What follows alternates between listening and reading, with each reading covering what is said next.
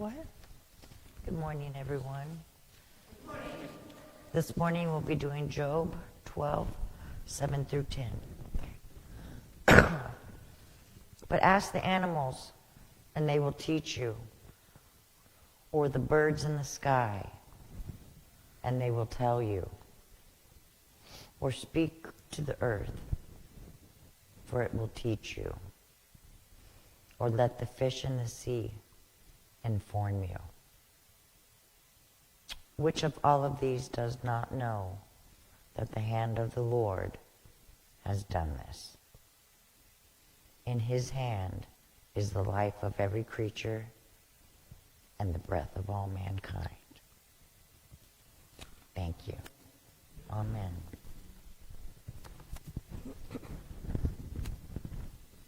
Okay, at this point we're going to have the five of us sharing.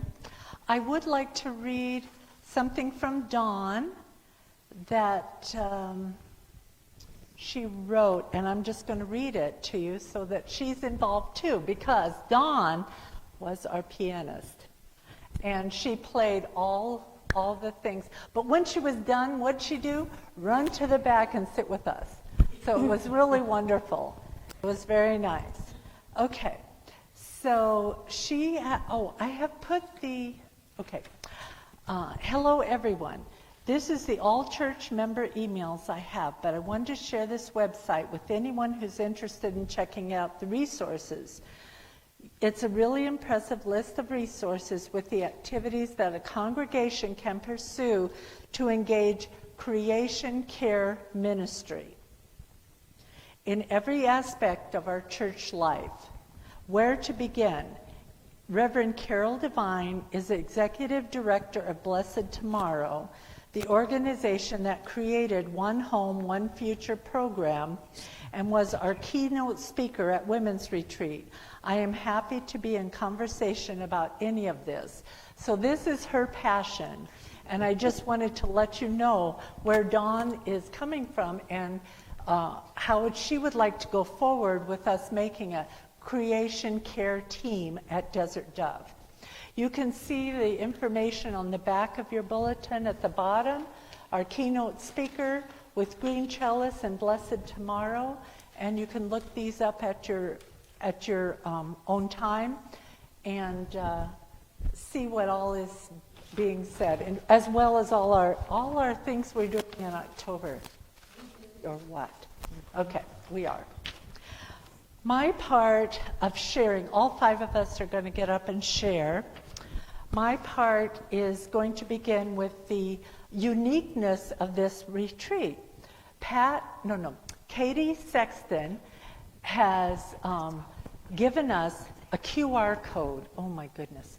And all us old ladies are like, okay, what do I do? What do I do? Put your camera over it. Okay. And we had our booklet online. So you'd flip through your phone. If you had a flip phone, it would work very well. You had to have a smartphone. Sorry, Michelle. But anyways, so we'd flip through it and see what our activities were. And she added the meditations and everything. So it was very different than having a booklet with all these pages in it. So it worked, and it had pros and cons, let's say it that way.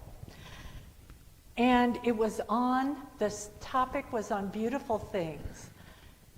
And we talked about creation ministry and how to keep the earth alive and healthy, and also about we're not the only people on the earth. We have plants, trees, and animals on the ground and in the ocean, and how to keep all that so everyone can live a healthy, wonderful life, beautiful life, because we're talking about beautiful things. I took a workshop with Reverend Carol Devine, and this is her little introduction. Job 12:8 says, "Speak to the earth and it will teach you. Scientific research supports this ancient wisdom, noting that spending time regularly outside is good for our bodies and our spirits. In this session, we will share what the earth teaches us and learn what actions we can take to help heal the earth and our spirits. Okay, and do you see, and this is all the women who came to, we had 67, I think it was? Yeah. 67 people from the Arizona region, and we're all wearing our blue shirts. And so I forward over, and here's our campfire. We sat around the campfire. And I just want to wait for one picture so I can kind of explain it. But we had a very nice time. It was Friday night, Saturday, and Sunday. This is Linda Sexton on this side and Katie Sexton on that side. Linda is our executive representative from the region. And Katie was a retreat leader. And then this is Wendy Gonzalez, who actually came up with this graphic design. Yeah. Isn't it beautiful? Every time people said anything about the shirts, I'd say, Wendy Gonzalez, hire her. She's really good. And so we did. We hired her as a graphic designer, and she came up with this slogan. And do you recognize this banner? See how we put it up? Sue is responsible for that. And it looks lovely, right? Yes, it and does. It was just a nice piece. Okay, here's a weird one. Okay, Jay Hartley is in a cow suit. And so it was so crazy. We had people in the circle, and he'd run in there, and they'd try to lasso him. It was hilarious. We were all just in stitches like, are we really doing this? He was the only man there, except for the baby. The baby, 8 months old, Benjamin, was also there. Here's another screen of our worship table, and there we are, all 6 of us women plus Jay. Okay, so that's kind of my sharing today, and I'm going to turn this over to Pat. You're next. Okay, Pat, do your thing. They insisted I wear this. Yes, we did. Oh my God, this is the winner. Because she won. Yes, before I tell you what inspired me about this year at retreat, it's in our directions and our suggestions as to what to do. Saturday night we had a game night, and it was decorate a Western hat, and there would be a contest. I like to tell you, I won first place. Yay! Now, for the retreat. I have a hard time putting it into words, what I think about the retreat. I had missed the 2 before, and when I got the opportunity to go to this one, I was really glad. And something about Chapel Rock, for me anyway, is when I get closer and closer. You're coming through Prescott Valley and on into Prescott, and then you start a little bit up into the hills where Chapel Rock is located. Something seems to come over me. It has every year since the first year I went, which was Helen. A lot of you remember Helen. She took me, and I remembered things from that one. And it's just like when you first go in, you fold your hands and be quiet and let the thoughts of down here and everybody here go away. And my first one, then at the last one on Sunday morning, they tell you to, okay, gather your thoughts and all this again and go back home. And I remember sitting by Helen and I said, I don't want to. I know. I don't want to. It is so peaceful and quiet.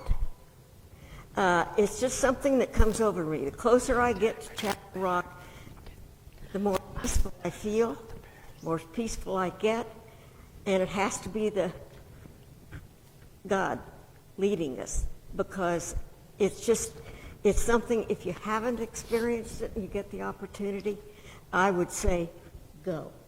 It is just so much fun, and yet it's so spiritual. The ground up there is green, trees, grass, beautiful. I had a woodpecker knocking on the inside of my patio, and by the time I figured out what it was, I didn't get a picture. But I mean, just little things like that. Sometimes you hear the coyotes, Yeah.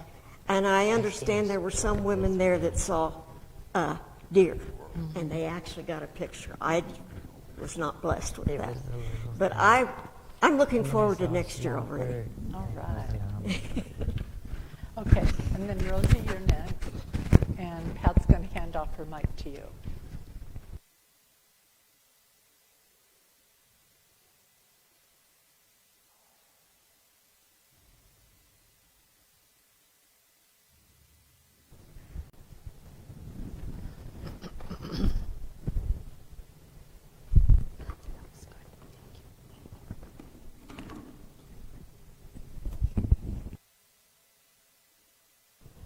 Chapel Rock. It's a great place to go.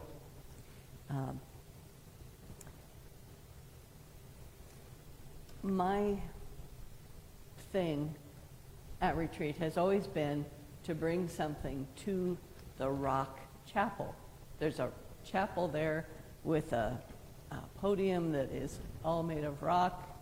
The benches are made of rock. There's a communion table made of rock. It's the Rock Chapel. And I always felt that we should do something there to just to be with God. So the first thing that I did, Alan and I go to the gym show every year. The first thing we brought was a basket full of pearls from the gym show. And I wrote a meditation to go with that. Put the basket on the communion table out there, and people had the meditation in their book so they could go to the Rock Chapel and read through that and enjoy that. And the idea was to be outside at the Rock Chapel, and people enjoyed that. So I have done that every year for, how long have we been at Chapel Rock? 20 years? 20 years at least.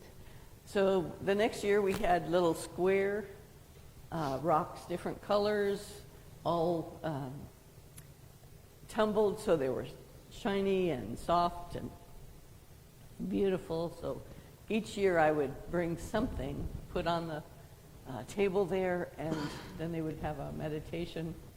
And it sort of grew, and now we do necklaces. We can't do less than necklaces now. Which is really fun. And this is this year's necklace. As you saw, there were trees. Kind of trees were the theme. The theme. So this year's meditation was very difficult to see on those little forms, little screens on your phone. So this is this year's meditation. Normally it's a bunch of words. This year I wanted to do trees. And so the idea was that God is the base, is the root of our lives, and God provides blessings for all of these things. And we're going to close today with some of these. I'm looking forward to doing this again next year. So whatever the theme is, I'll be looking for whatever that is at the gym show. Is Kim. And Kim you already have your...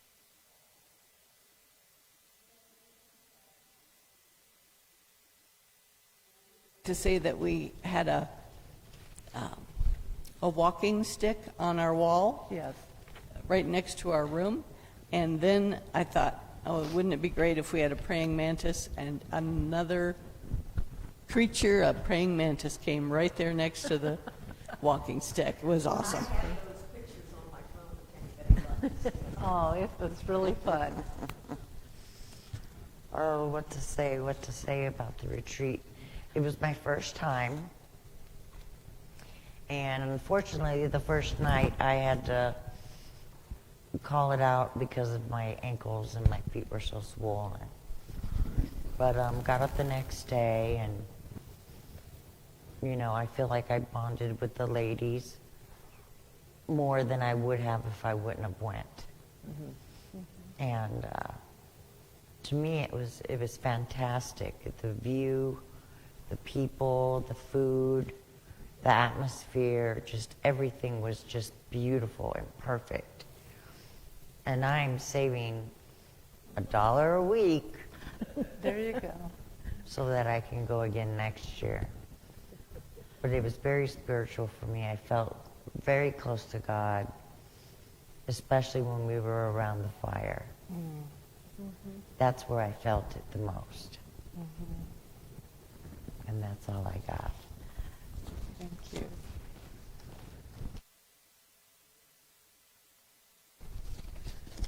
I was thinking, I've been to Chapel Rock so many times that I don't appreciate the beauty of what's around us. The forests around us have changed over the 20 years. Beetles came and destroyed some of the trees. As you come to the top and go down into the valley, which is Chapel Rock, you see Thumb Butte, not Thumb Butt, Thumb Butte, and you see all these beautiful trees. And then you go down and around. Well, I had to correct somebody. So in preparing for this, I was worship chair. I called one of my friends and said, I don't have time to go look for pine cones. And Jill saw them right Kim saw them right away. But I didn't have time. So these pine cones, actually, and the ones I planted out in the garden there, are from Mount Lemon. Oh, very nice. Funny thing about it is, the person I called said, Sue, I don't have any fir trees around me. I had to go for a hike for the first time in 10 years. So you never know how being a part of this whole retreat affects other kinds of people. The other things I remember, I really tuned in to what was around there besides the trees, the birds, those blue jays that love to bomb different other trees. But after dinner, every single night, what happened? What did you hear? Come on. Cicadas. Cicadas. Oh my gosh, Cicadas. I forgot. And one of the things Kim and I talked about on our way back Yes. to where we had our Saturday activity was the fact is there weren't any place there in the rest of the camp, just by the cafeteria or the eating hall, but there was this pond right outside. I don't know which way. We'll say it was north or so. But every time we came out of there, there were the cicadas. Where do you hear cicadas? Especially in the Sonoran Desert. We haven't had that kind of rain. Yeah. But those kind of creatures, and then the creatures that we saw on the side, it's just different, and it really brought us to appreciate God's creation. Mm-hmm. Made us look at what was around us and what we were stepping on. And it just was, sometimes we just don't take the time. Right. The workshop I went to was Melanie Blackman. I met her back in April. She was a part of the women's event, which is another event that's just during the day. It's done in April usually. Desert Dove is going to host it next April. So all of you are invited. No excuses. Guys, you can kind of help us do the food or something like that. That's okay. Put them to work. But Melanie Beichman is the Arizona Interfaith Power and Light. And I really was focused on getting some information from her. She will be our source for solar. Yes.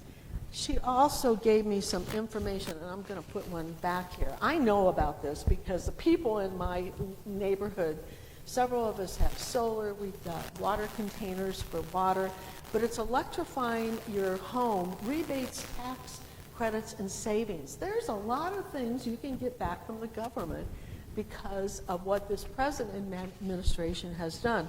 who has paid attention to the earth, has done something with them. But there's another group I want to bring you, make you aware of. It's called, let's see if I can get this right. It's called the Sage Group. Let me get this. Sage Congregations. This is specifically from the Arizona Interfaith Power and Light. And it's something we need to consider because Sage, first of all, is what they call a multivalent word with rich meanings for those of us who advocate for the earth here in the desert Southwest. We cook with sage. We bless with sage. Sage is the color of the desert. I found this quite by accident. It was the last remnant, and we use this along with the beige one for our worship table at retreat.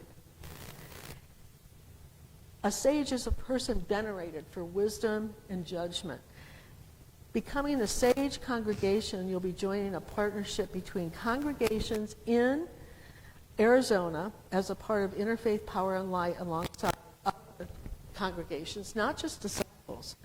And they will help us form this sage congregation. And what it is, it's just getting together and supporting one another. And they get together once every other month. And they share different kinds of things that they're doing. And it's just an awareness about what you can do with what you've got. And if you don't have it, maybe somebody else has it. But you know and I know that we have got to pay attention to what we use as far as energy, how we use it, what we do with our land. And I really think God is speaking to this congregation. We've outlived many other congregations 2, 3, and 4 times as large as we are. And every time we show up at something that the region, here comes Desert Dove, and they don't realize that when we come, 6 of us, that's almost a third of the people that participate in this congregation. That says a lot. Mm-hmm. Even if Foothills has 20, big deal, Foothills. What are you doing? Challenging other churches to step up. Well, I had a private conversation. I didn't say that to the whole group because there were so many of them. There were so many of them. Okay. But anyway, the point I'm trying to make is all of us are aware, and I think God is working through all of us to keep this creation beautiful. We all play a part in God's creation. Amen. So, amen. Amen. And just thing